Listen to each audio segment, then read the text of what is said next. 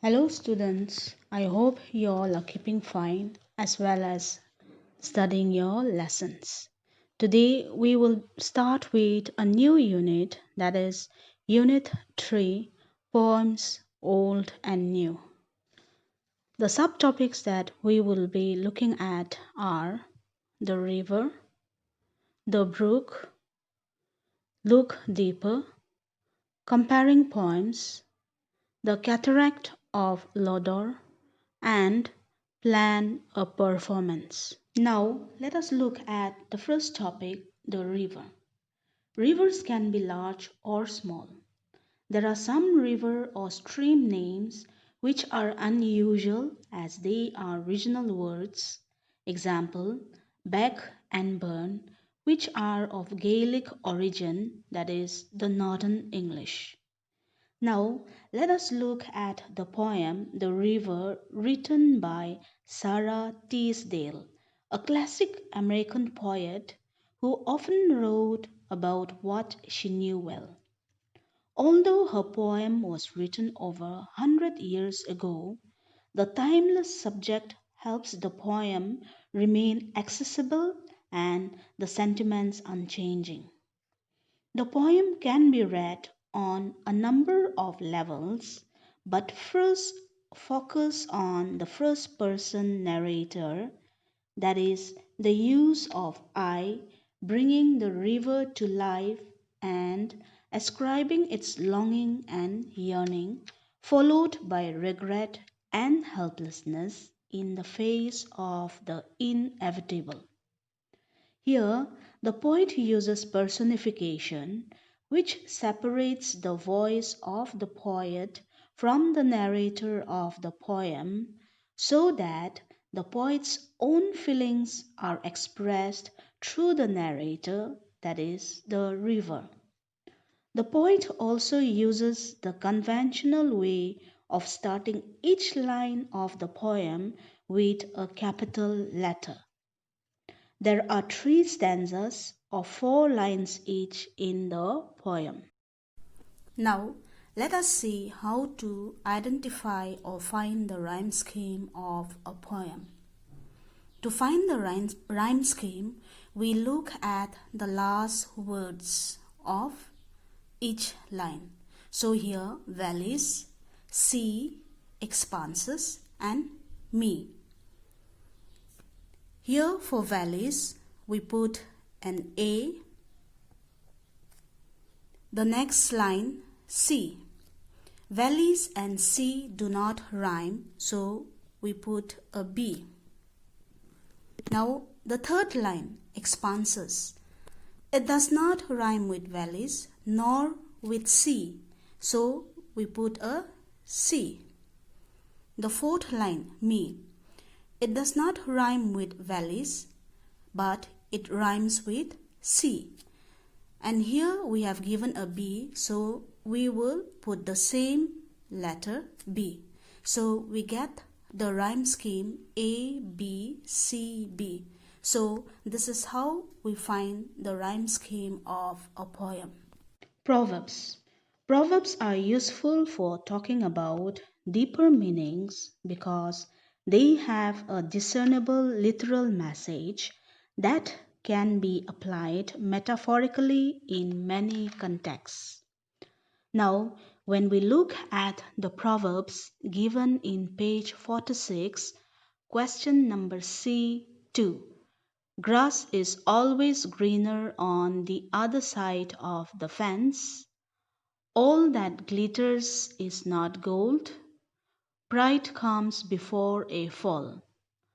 The first two both imply longing for something, but the second is the more appropriate because the river does not covet what something else has.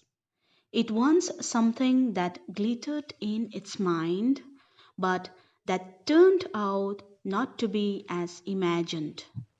It carries the idea of not being able to turn back once set on a course of action, and decisions may have irreversible consequences. The second topic, the brook. Let us read a poem written by Alfred Lord Tennyson, a classic English poet. The Brook is one of his most famous poems. The poem in your text is an extract of the poem. You will find the full poem in page 172.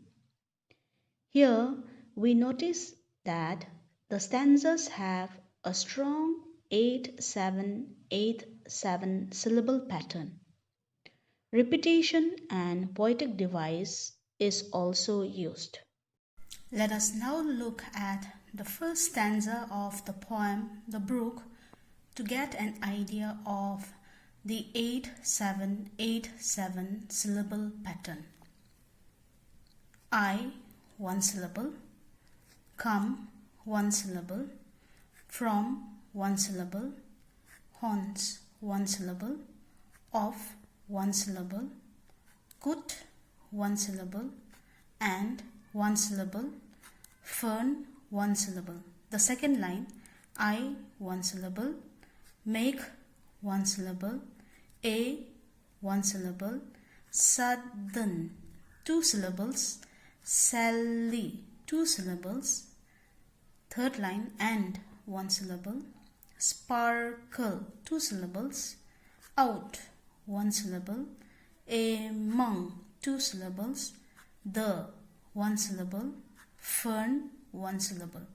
The fourth line, two, one syllable, bigger, two syllables, down, one syllable, a, one syllable, valley, two syllables. Now let us count the syllables. 1, 2, 3, 4, 5, 6, 7, 8. So first line we have 8 syllables. The second line 1, 2, 3, 4, 5, 6, 7.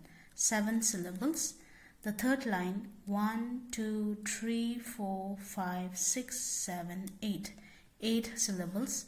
The fourth line 1, 2, 3, 4, 5, 6, 7. 7 syllables. So here we have 8-7-8-7.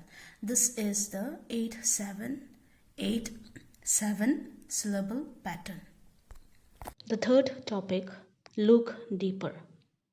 As we read through the poem, we see the use of poetic devices like onomatopoeia in chatter and bubble, babble and babbles.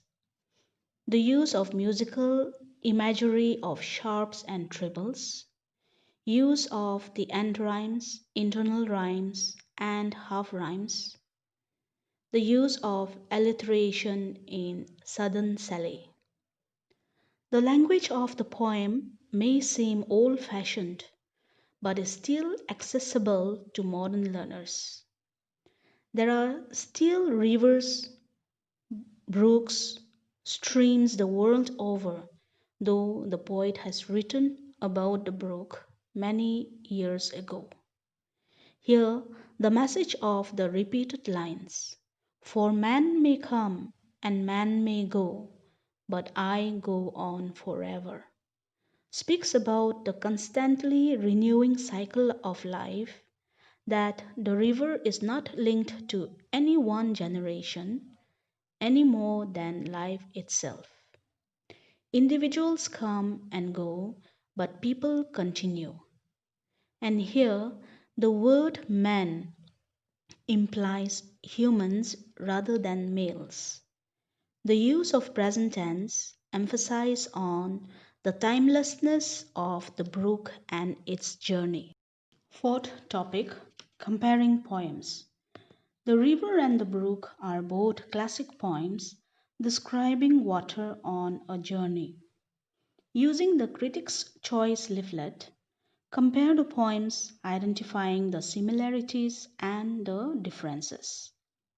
Now, let us see two poems written by modern poets. Mau of the Waters, written by Abina P. A. Busia, and a river poem written by Mamta G. Sagar, translated by Chitra Parikar with the poet. The modern poems come from continents other than the English and American poems read previously, but they all share the topic of water. Neither poem has a rhyme scheme or rhythm. In the second poem, enjambment, a technique used by poets, is also used. Enjambment is the running of the thought from one line, couplet, or stanza to the next without a synthetical break. As you read through the poems, identify the poetic devices used in the poems. Poetry is often set to music and movement to help interpret the words and create a dramatic performance. You can try a dramatic reading of the poems by playing songs or music associated with water. The fifth topic, the Cataract of Lodore. A cataract is a waterfall. This classic poem by Robert Sade, who lived over 200 years ago, describes a dramatic waterfall in the Lake District area of England. It begins with the poet saying his children begged him to tell the story of the cataract at Lodore in verse. The poem in your text is an extract from a longer poem given in pages 173 and 174. When we look at the poem, the shape of the poem, where the lines get wider, matches the flow of the water. The poem uses rhyme in various ways. Most lines end in the repetitive present participle word ending, that is, ing. The poem also has internal rhymes in many lines, example, hurrying and scurrying, bubbling and troubling and doubling. This adds to the poem's effect because the internal rhymes are like little splashes of sound, with the repeated ing sound imitating the continuous flow and fall of the cataract. The sixth and a last topic, plan a performance. Good storytellers use sounds, pauses, body language, an expressive voice, and rhythm for dramatic effect. Plan a dramatic presentation of the poem The Cataract of Lodore. Decide the techniques that you would use. You can use a PowerPoint presentation of images or video clips of waterfalls along with music associated with water. With your plan completed, you can stand in front of your PowerPoint presentation and present your dramatic poem performance. With this, we come to the end of our unit. All the best on your dramatic performance of the poem. Thank you.